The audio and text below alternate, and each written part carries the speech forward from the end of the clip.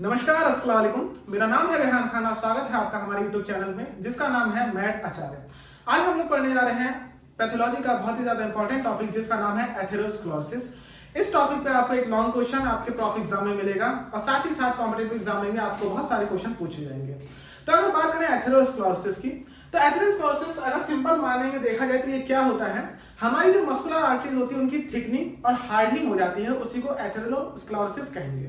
Atherosclerosis को broadly हम लोग किन हेडिंग के अंदर पढ़ेंगे, तो इसका इंट्रोडक्शन देखेंगे, फिर हम देखेंगे हमारी बॉडी में कौन कौन सी साइट पे होता है, इसके साथ साथ देखेंगे वो रिस्क फैक्टर जो आपके एथेरोस्क्लेरोसिस कराते हैं, पैथोजेनेसिस समझेंगे और लास्ट में क्लिनिकल इफेक्ट देखेंगे कि एथेरोस्क्लेरोसिस होने की वजह से और हमारी बॉडी में और क्या क्या इफेक्ट्स हो सकते हैं।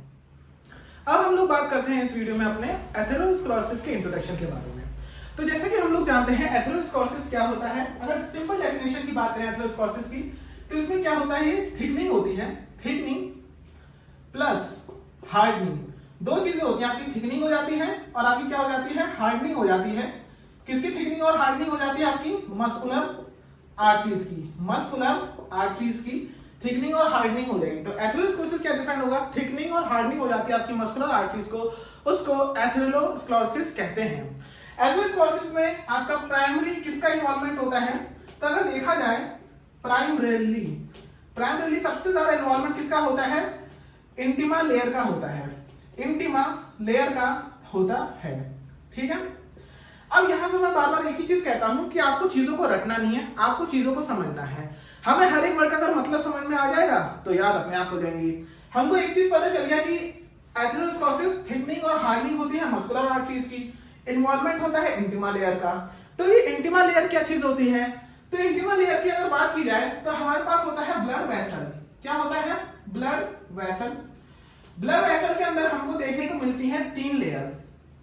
सबसे इनर मोस्ट होती है ट्यूनिका इंटिमा, मिडिल वाली होती है ट्यूनिका मीडिया, सबसे बाहर वाली होती है ट्यूनिका एडवांसिया।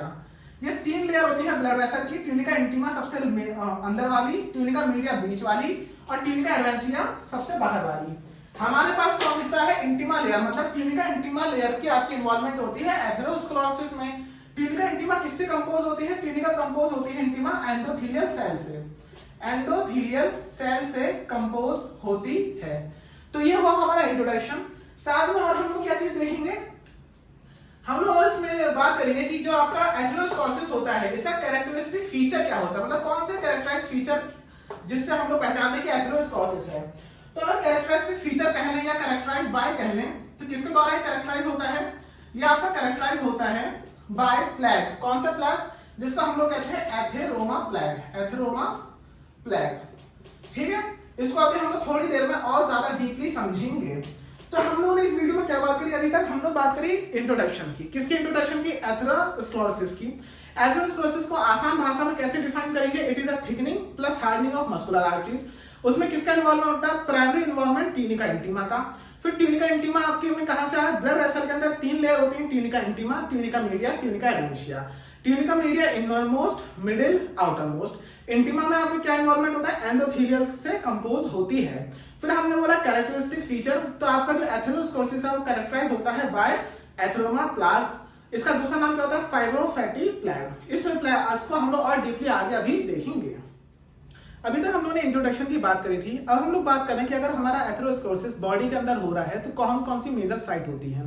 तो जब हम लोग बॉडी के अंदर देखते हैं तो कौन कौन सी मेजर साइट आती है, सबसे पहले हम लोग को देखा जाता है इंटरनल कैरोटिड आर्टरी के अंदर आपका देखा जाता है एथेरोस्क्लेरोसिस। फिर सेरेब्रल आर्टरी के अंदर देखा जाता है, थोरैसिक आर्टा में भी होता है, इलियक आर्टरी में भी होता है। अब मैंने आपने देखा होगा कि एक चीज को मैंने रेड पेन से लिखा है, तो इसका क्या मतलब है, क्यों लिखा है, देखिए मोस्ट कॉमनली एथेरोस्क्लेरोसिस आपकी बॉडी के अंदर देखा गया है किसमें, एब्डोमिनल ऑल्टा में। मोस्ट कॉमनली एथेरोस्क्लेरोसिस आपकी बॉडी में देखा गया है एब्डोमिनल ऑल्टा में। तो मेजर साइट कौन कौन सी हो गई, internal carotid artery, iliac artery, cerebral artery और मोस्ट कॉमनली एब्डोमिनल ऑल्टा। हम लोग का टॉपिक चल रहा था एथेरोस्क्लेरोसिस। अब हम लोग कंटिन्यू करते हैं विद द रिस्क फैक्टर। ऐसे कौन कौन से रिस्क फैक्टर होते हैं जो आपके एथेरोस्क्लेरोसिस कराते हैं आपकी बॉडी के अंदर। तो इन रिस्क फैक्टर को हमने क्लासिफाई किया है दो तरीके के, एक होते हैं मॉडिफाइबल, एक होते हैं नॉन मॉडिफाइबल। नाम से पता चल रहा है मॉडिफाइबल रिस्क फैक्टर वो होते हैं जो आपका इंसान खुद लेता है, मतलब कि पर्सन आपका खुद लेता है, उसको कंट्रोल किया जा सकता है। अगर वो चीजों को लेना छोड़ दे तो मॉडिफाइड हो सकते हैं। नॉन मॉडिफाइबल क्या होते हैं, ये वो रिस्क फैक्टर होते हैं जिनके जो आपके अगर बॉडी में एक बार हो जाता है तो इसको सही नहीं किया जा सकता, इसको कंट्रोल नहीं किया जा सकता। तो अगर मॉडिफाइबल रिस्क फैक्टर की बात करें तो इसके अंदर क्या हो सकता है, इसके अंदर होता है आपका स्मोकिंग, कि बंदा आपका स्मोकिंग कर रहा हो। सेकंड क्या होता है, अल्कोहल कंजप्शन, अल्कोहल कंजप्शन कर रहा हो, ठीक। और क्या हो सकता है इसके अंदर, इसमें हो सकता है आपका हाइपरटेंशन, हाइपरटेंशन को डिनोट कर रहे हैं एसटीएन से, हाइपरटेंशन। और क्या हो सकता है, DM diabetes mellitus, diabetes mellitus हो सकता है। और क्या हो सकता है आपका हाइपरलिपिडीमिया, हाइपरलिपिडीमिया, हाइपरलिपिडीमिया कह लीजिए, या इसी को ही हम लोग क्या कहेंगे, हाइपर कोलेस्ट्रेमिया, हाइपर कोलेस्ट्रेमिया, ठीक है। अब देखिए ये वर्ड कहां से आया, हाइपर कोलेस्ट्रेमिया, तो यह वर्ड कहां से आया, कोलेस्ट्रॉल, आपके कोलेस्ट्रॉल लेवल आपकी बॉडी के अंदर ज्यादा हो जा रहा है, उससे भी रिस्क होता है एथेरोस्क्लेरोसिस से। तो हमने क्या बात करी थी, हमने रिस्क फैक्टर की हम लोग बात कर रहे थे। रिस्क फैक्टर को हमने दो चीजों में क्लासिफाई किया, मॉडिफाइबल, नॉन मॉडिफाइबल। मॉडिफाइबल क्या होते हैं, जो बंदा खुद से लेता है और उनको कंट्रोल किया जा सकता है। उसके अंदर क्या क्या हुआ आपका, स्मोकिंग हुआ, अल्कोहल कंजप्शन हुआ, हाइपरटेंशन हुआ, डायबिटीज मेलिटस हुआ, हाइपरलिपिडीमिया या हाइपर कोलेस्ट्रेमिया हो गया। अब आप एक चीज ऑब्जर्व कर लो कि ये सारे ही क्या है, कंट्रोलेबल है।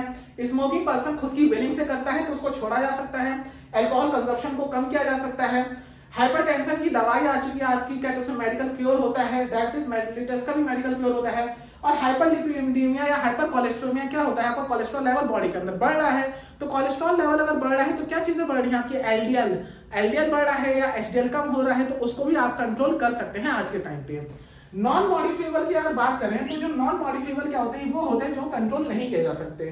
तो सबसे पहले अगर कभी भी ऐसी चीजें जो कंट्रोल नहीं की जा सकती वो क्या होंगी, बाय बर्थ होंगी। कैसे होंगी, बाय बर्थ होंगी। तो सबसे पहले क्या आता है इसके अंदर, आता है फर्स्ट इंपॉर्टेंट चीज फैमिली हिस्ट्री। अब मान के चलिए किसी की फैमिली हिस्ट्री में है, अगर मैं कोई पर्सन हूं, एग्जांपल मैं कोई एक्स पर्सन हूं जिसको प्रॉब्लम है एथेरोस्क्लेरोसिस की, और वो एथेरोस्क्लेरोसिस उसकी फैमिली हिस्ट्री की वजह से आया, उसके दादा या परदादा की वजह से आया, तो उसके जेनेटिक्स में हो गया ना, उसको हम सही नहीं कर सकते। सेकंड, अगर देखा गया है जो आपका एथेरोस्क्लेरोसिस में मेल भाई साहब ज्यादा फीमेल से परेशान होते हैं, मतलब मेल ज्यादा अफेक्टेड होते हैं। अभी देखा है क्यों, क्योंकि देखा गया है कि जो मेल्स होते हैं ना वो ज्यादा टेंशन ले लेते हैं। वो कहते हैं कि नारी नर का थोड़ा संहार कर देती है। मतलब ये मजाक की बात है कि देखा जाए तो लोग ये ऑब्जर्व किया गया है आज के वर्ल्ड में, जो आपका कैपिटलिस्ट वर्ल्ड है, वहां पर आपके जो मेल है वो ज्यादा अफेक्टेड हो रहे हैं फीमेल से फॉर एथेरोस्क्लेरोसिस। और नॉन मॉडिफाइबल में क्या आ सकता है आपका आ सकता है एज की वजह से होता है। भाई अब किसी की एज अगर बढ़ रही है तो रोक तो नहीं सकती, भगवान बुद्ध ने कहा था कि मेरी उम्र एक बार अगर बढ़ना चालू हो गई तो घटाई नहीं जा सकती, मुझको अंत में मौत आनी ही आनी है, ठीक। तो ये हुए हमारे रिस्क फैक्टर। इसमें हमने बात करी थी रिस्क फैक्टर की। रिस्क फैक्टर ऑफ एथेरोस्क्लेरोसिस को हमने दो हिस्सों में बांटा, मॉडिफाइबल, नॉन मॉडिफाइबल। मॉडिफाइबल वो होते हैं जो आप कंट्रोल किए जा सकते हैं, जिसमें आया था आपका alcohol consumption, smoking, hypertension, diabetes mellitus, और एक और आया था आपका हाइपरलिपिडीमिया। हाइपरलिपिडीमिया का ही दूसरा नाम था हाइपर कोलेस्ट्रेमिया। सेकंड बात करी थी नॉन मॉडिफाइबल। नॉन मॉडिफाइबल वो होते हैं जो कंट्रोल नहीं किए जा सकते।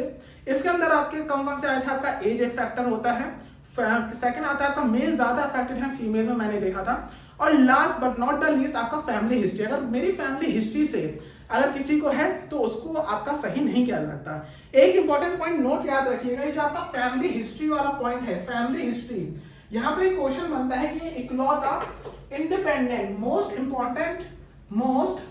इंपॉर्टेंट इंडिपेंडेंट रिस्क फैक्टर कहलाया जा सकता है। इंडिपेंडेंट रिस्क फैक्टर है ये, ठीक। Most important independent risk factor मतलब ये क्या, किसी के ऊपर डिपेंड नहीं। अगर किसी की फैमिली हिस्ट्री में एथेरोस्क्लेरोसिस है और उसके थ्रू हेरिडिटी के थ्रू अगर किसी पर्सन में हो रहा है तो उसको कंट्रोल नहीं कर सकता, वो इंडिपेंडेंटली उसको एथेरोस्क्लेरोसिस हो रहा है। अभी तक हम लोग वीडियो में ये देख चुके हैं एथेरोस्क्लेरोसिस का इंट्रोडक्शन क्या होता है। फिर हम लोगों ने बात करी थी हमारी बॉडी के अंदर अगर एथेरोस्क्लेरोसिस हो रहा है तो उसकी मेजर साइड क्या होती है। फिर हमने बात करी रिस्क फैक्टर की, जिसको हमने क्लासिफाई किया दो तरीके में, एक था आपका मॉडिफाइबल, एक था नॉन मॉडिफाइबल। मॉडिफाइबल वो होते हैं जो कंट्रोल किए जा सकते हैं, नॉन मॉडिफाइबल वो होते हैं जो कंट्रोल नहीं किए जा सकते। अब हम लोग वीडियो को कंटिन्यू करते हैं और बात करते हैं पैथोजेनेसिस ऑफ एथेरोस्क्लेरोसिस। तो अगर पैथोजेनेसिस ऑफ एथेरोस्क्लेरोसिस की बात करेंगे तो ये आपके बेस्ड होते हैं थ्योरी पे। किस पे बेस्ड होते हैं, थ्योरी पे, जिसको हम लोग बोलते हैं रिस्पॉन्स टू इंजरी हाइपोथेसिस।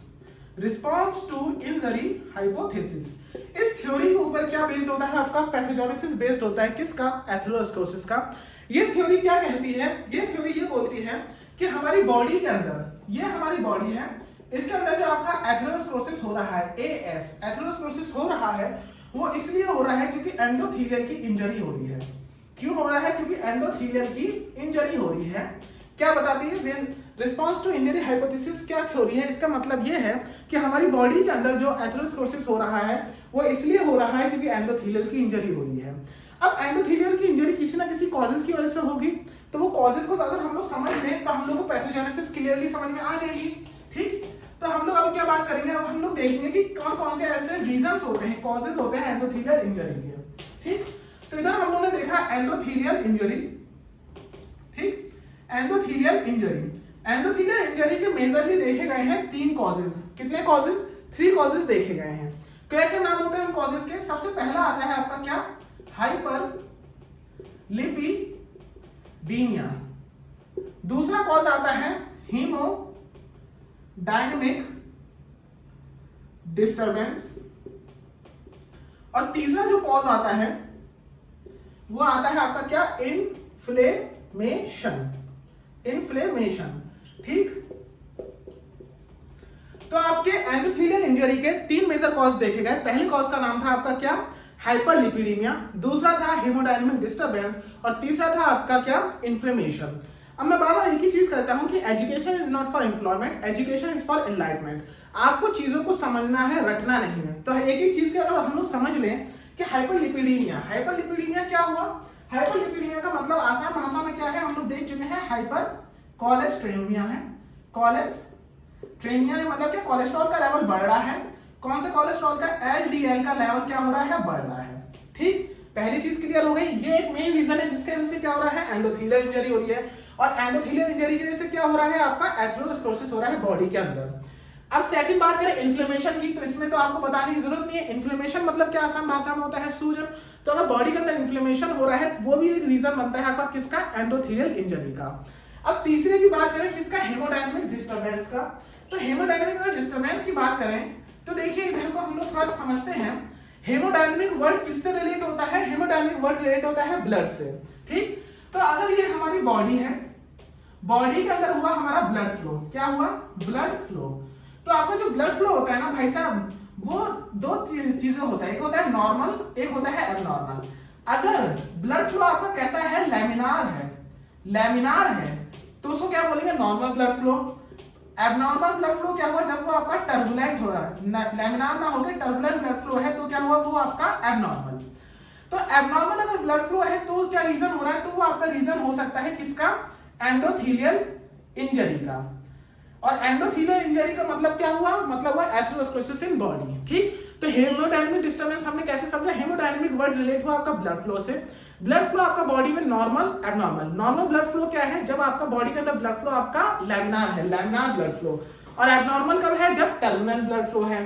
तो ये 3 हमारे मोटे मोटे कॉज आ रहे हैं किसके, आपके एंडोथेलियल इंजरी के। पैथोजेनेसिस बेस्ड है थ्योरी पे, उस थ्योरी का नाम है आपका क्या, रिस्पांस टू इंजरी हाइपोथेसिस। उसके 3 कॉजेज होते हैं, कौन कौन से, इन्फ्लेमेशन, हेमोडायनेमिक डिस्टरबेंस, हाइपरलिपिडीमिया। तो हम लोग पैथोजेनेसिस ऑफ एथेरोस्क्लेरोसिस देख रहे थे। ठीक, तो पैथोजेनेसिस ऑफ एथेरोस्क्लेरोसिस की हमने बात करी थी, तो हमने क्या देखा था, ये बेस्ड है थ्योरी पे। ठीक, उस थ्योरी का क्या नाम है, रिस्पांस टू इंजरी हाइपोथेसिस। हमको पता है इस थ्योरी का यही नाम है। ठीक, इस थ्योरी के अकॉर्डिंग क्या है कि जो आपका एथेरोस्क्लेरोसिस है, क्या चीज, एथेरोस्क्लेरोसिस, वो किसका रिजल्ट है, वो रिजल्ट है किसका, एंडोथेलियल इंजरी का, एंडोथेलियल इंजरी का। और एंडोथेलियल इंजरी के क्या थे, 3 कॉजेज थे या 3 रिस्क फैक्टर कह लीजिए। वो 3 कॉजेज या 3 रिस्क फैक्टर क्या थे आपके, इन्फ्लेमेशन, हेमोडायनेमिक डिस्टरबेंस, और क्या था आपका, हाइपरलिपिडीमिया। अब उसी को आगे देखते हैं। तो हमने क्या देखा कि ये 3 कॉजेज, अब यहां से स्टार्ट करते हैं। मान के चलिए 3 कॉजेज का हमने बोल दिया वो रिस्क फैक्टर जो आपके क्या कर रहे हैं, एथेरोस्क्लेरोसिस करा रहे हैं। ठीक, तो हमारी बॉडी के अंदर, अब ध्यान से समझिएगा पैथोजेनेसिस, मैं आपको एक डायग्रामेटिकली पूरा पैथोजेनेसिस दिखाऊंगा और आपके दिमाग में वो बज जाए। क्यों, क्योंकि पिक्चर 67,000 मोर टाइम आपकी बॉडी दिमाग के अंदर सेव होती है कंपैरेटिवली टू लाइंस। ठीक है, तो इमेजिन, कोशिश करा करिए हर चीज को पिक्टोरियल वे में आप अपने दिमाग में सेव करिए। तो स्टार्ट करते हैं पैथोजेनेसिस। तो ध्यान से समझिएगा पैथोजेनेसिस ऑफ एथेरोस्क्लेरोसिस को एक डायग्राम से, ठीक। तो आपको पता चला बॉडी, ये मान के चलिए आपका क्या है, पर्सन की बॉडी है, ठीक। पर्सन की बॉडी में कुछ ऐसे रिस्क फैक्टर हुए, रिस्क फैक्टर इंक्रीज हुए। उन रिस्क फैक्टर ने क्या किया, एंडोथेलियल इंजरी कराई। क्या कराई, एंडोथेलियल इंजरी कराई, ठीक। यही हमारी क्या कहते हैं हाइपोथेसिस है। तो हमारी एंडोथेलियल लेयर किस तरीके की होती है, इस तरीके की होती है, ठीक। तो मान के चलिए अगर ये इंजरी हो गई, इमेजिन करिए हो गई हमारी इंजरी, ठीक। इस इंजरी को हम लोग कैसे कर देते हैं, रेड पेन से कर देते हैं। इंजरी हो गई ना, ये हो गई हमारी इंजरी, ये थी हमारी एंडोथेलियल लेयर, इसमें हो गई हमारी इंजरी। जब इंजरी हो गई तो उसकी वजह से क्या हुआ, हमारा वैस्कुलर परमेबिलिटी, ठीक, वैस्कुलर परमेबिलिटी बढ़ जाएगी। क्या बढ़ जाएगी, वैस्कुलर परमेबिलिटी बढ़ जाएगी, ठीक। अभी तक क्या बात थी, बॉडी के अंदर वो ऐसे रिस्क फैक्टर जो क्या करा रहे हैं, एंडोथेलियल इंजरी करा रहे हैं। ये थी हमारी एंडोथेलियल लेयर में हो गई इंजरी, तो क्या हुआ, हमारा वैस्कुलर परमेबिलिटी बढ़ी। जब वैस्कुलर परमेबिलिटी बढ़ी उसके बाद क्या हुआ, आपका एडेशन हुआ। क्या हुआ, एडेशन। फिर से देख लीजिए, ये हुई हमारी एंडोथेलियल लेयर, ठीक। यहां पर हुई थी हमारी इंजरी, अब यहां पर हमारा क्या हो रहा है, एडेशन हो रहा है, मतलब चीजें आके जुड़ रही हैं, एडेशन हो रहा है। किन चीजों का एडेशन हो रहा है, तो हम देखेंगे एडेशन होता है आपका मोनोसाइट और ल्यूकोसाइट का। एडेशन होता है किसका, मोनोसाइट और ल्यूकोसाइट, इन दो चीजों का एडेशन होता है, ठीक। मोनोसाइट और ल्यूकोसाइट का एडेशन होता है, ये चीजें आके जुड़ रही हैं। जब एडेशन हो रहा है फिर इसके बाद क्या हो रहा है, अगला स्टेप, इसके बाद हमारा क्या हो रहा है, एक्युमुलेशन हो जा रहा है, ठीक। ये फिर से हमारी एंडोथेलियल इंजरी, ठीक। यहाँ पर हमारे ल्यूकोसाइट और मोनोसाइट आके अडेयर हो गए हैं। उसके साथ साथ आपका क्या हो रहा है, ध्यान से समझिएगा, हमारा ये थे ल्यूकोसाइट मोनोसाइट का एडेशन, वो लोग चीजें, दो चीजें आके जुड़ गई हैं। इनके साथ साथ आपका एक्युमुलेशन हो रहा है, ये ब्लू पेन से, ठीक। ये क्या हो रहा है, एक्युमुलेशन हो रहा है, एक्युमुलेशन हो रहा है किनका, एलडीएल और उसके ऑक्सीडेंट्स का, ठीक। एलडीएल एंड इसके ऑक्सीडेंट का, इसका मतलब क्या हुआ, ऑक्सीडेंट्स का, ठीक, ठीक। अब तक हम लोग बात कर रहे थे पैथोजेनेसिस ऑफ एथेरोस्क्लेरोसिस की। तो हमको एक चीज पता चली, पैथोजेनेसिस ऑफ एथेरोस्क्लेरोसिस एक थ्योरी पे बेस्ड है, जिसका नाम क्या होता है आपका, increase to risk of endothelial injury, ठीक है। अब रिस्क ऑफ एंडोथेलियल इंजरी क्या होता है, तो हमें ये पता है, कहते हैं एंडोथेलियल इंजरी के 3 कॉजेज होते थे। एक था हेमोडायनामिक डिस्टर्बेंस, इन्फ्लेमेशन, और आपका क्या था, हाइपरलिपिडीमिया, ठीक। फिर मैंने आपको बोला कि पैथोजेनेसिस का हम लोग एक डायग्रामेटिकली पूरी तरीके से समझेंगे। तो क्या देखा, हमने देखा कि हमारी बॉडी के अंदर वो 3 रिस्क फैक्टर बढ़ रहे हैं, जिसकी वजह से क्या हो रहा है, एंडोथेलियल इंजरी हो रही है। ये हमारी एंडोथेलियल लेयर थी, ये रेड से मैंने क्या शो किया आपको, एंडोथेलियल इंजरी हुई। एंडोथेलियल इंजरी हुई तो क्या हुआ, वैस्कुलर परमेबिलिटी बढ़ गई। वैस्कुलर परमेबिलिटी बढ़ने के बाद क्या होता है, फिर आता है आपका एडेशन, मतलब चीजें जुड़ती हैं। क्या क्या जुड़ती हैं, ल्यूकोसाइट और मोनोसाइट का एडेशन होता है। ये क्या हो रहा है, ल्यूकोसाइट और मोनोसाइट का एडेशन हो रहा है। इसके बाद अगले स्टेप में क्या होता है, ल्यूकोसाइट और मोनोसाइट के एडेशन के बाद एक्युमुलेशन होता है एलडीएल और उसके ऑक्सीडेंट्स का। एलडीएल और उनके ऑक्सीडेंट का क्या हो रहा है, एडेशन हो रहा है। अब अगर बात करें कि इसके बाद स्टेप में क्या होगा, तो आपके क्या होगा, आपका यहाँ के बाद अगला स्टेप यहाँ से कंटिन्यू कर रहे हैं, एक्युमुलेशन हो गया है। एक्युमुलेशन के बाद आपके स्मूथ जो मसल सेल होते हैं, एंडोथेलियल इंजरी के आसपास जो स्मूथ मसल सेल होते हैं, वो क्या करते हैं, आपके ट्रांसफर होते हैं tunica media to tunica intima. Tunica media से ट्यूनिका इंटीमा में आपके स्मूथ मसल सेल आपके क्या माइग्रेट करते हैं। स्मूथ मसल सेल के ट्रांसफर कह लीजिए या कह लीजिए माइग्रेशन होता है, माइग्रेट करते हैं tunica media to tunica intima. अभी कहने की जरूरत है नहीं कि ब्लड वेसल के अंदर आपकी 3 लेयर होती थी, tunica intima, tunica media, tunica adventitia. Media middle layer, intima आपकी सबसे इनर मोस्ट लेयर। तो सबसे कहते हैं मिडिल लेयर से इनर मोस्ट लेयर में क्या हो रहा है, स्मूथ मसल का माइग्रेशन हो रहा है। स्मूथ मसल जब माइग्रेट कर जाते हैं उसके बाद फिर क्या होता है, आपका प्रोलिफरेशन होता है। क्या होता है, प्रोलिफरेशन होता है किनका, इन्हीं स्मूथ मसल सेल का जो आपके क्या हुए थे, माइग्रेट हुए थे। जब प्रोलिफरेशन होता है, ठीक, प्रोलिफरेशन होता है तो उसके बाद क्या होता है, प्रोलिफरेशन होने के बाद क्या होता है, इसको हम लोग बोलते हैं new intimal hyperplasia word use करते हैं, न्यू इंटीमल हाइपरप्लेजिया। अब देखिए कोई भी चीज रटने का मतलब नहीं, न्यू मतलब होता है नया, ठीक, और इंटीमा वर्ड कहां से आया, इंटीमल वर्ड ये आया आपका इंटीमा से, ठीक है। ठीक है। और हाइपरप्लेजिया वर्ड कहां से आया? प्रोलिफरेशन से। तो हमको ये पता है कि स्मूथ मसल सेल का माइग्रेशन हो रहा है टीनिका मीडिया से टीनिका इंटीमा में, और वहां पर वो प्रोलिफरेट कर रहे हैं, तो क्या बोलेंगे? न्यू इंटीमल हाइपरप्लेजिया हो रहा है। और इसके होने के बाद लास्ट में आपका क्या होता है? एथ्रोमेटस प्लैग आता है। एथ्रोमेटस प्लेग का फॉर्मेशन होता है।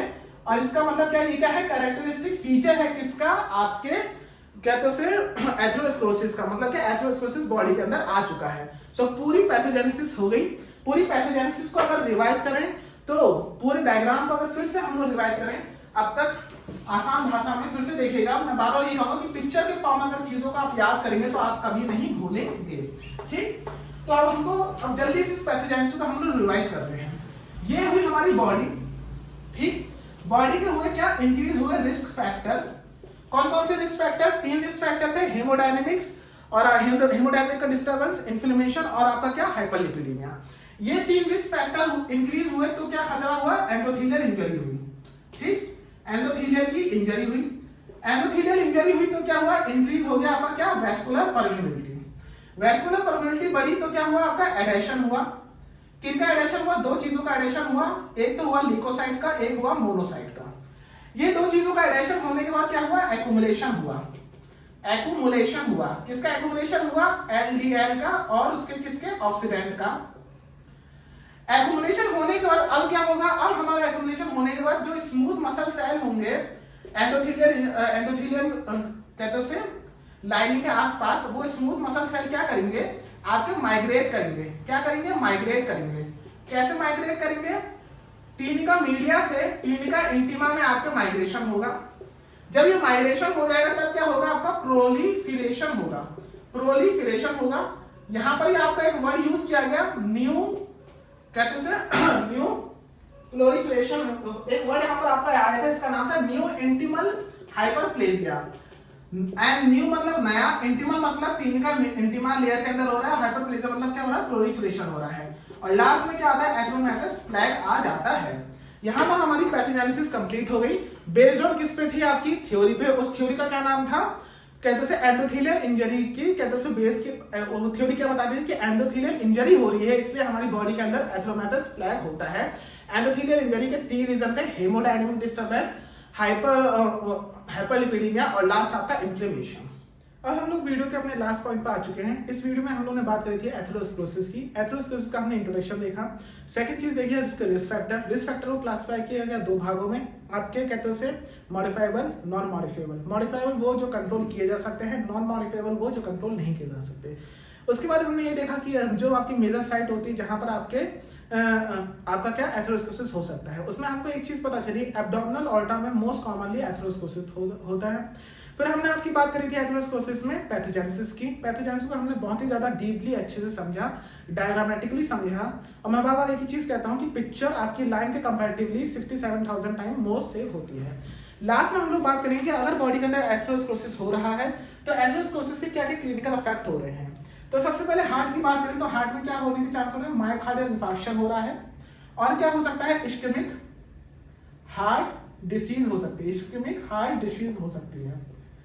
जब ब्रेन की बात करेंगे तो ब्रेन में हमारा क्या हो रहा है? क्रोनिक इस्केमिक डिसीज हो रही है।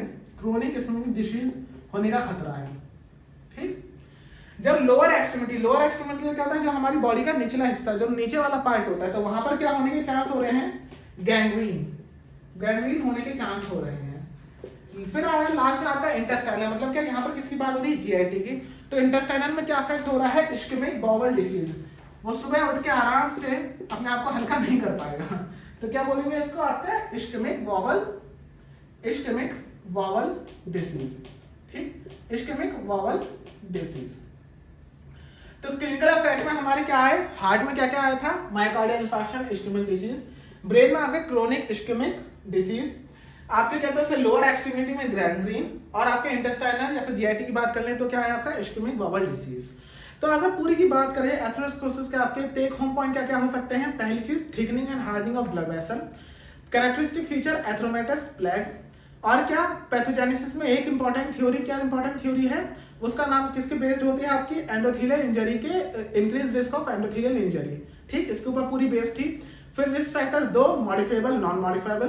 क्लिनिकल अफेक्ट में आपके हार्ट में कौन सी, ब्रेन में कौन सी, इंटेस्टाइन में कौन सी और लोअर एक्सट्रीमिटी में कौन सी। आई होप आपको ये वीडियो समझ में आई होगी। चीजों को अंडरस्टैंड करिए, रटना छोड़ दीजिए। अगर आपको वीडियो समझ में आए तो लाइक करिए, सब्सक्राइब करिए, शेयर करिए। नमस्कार।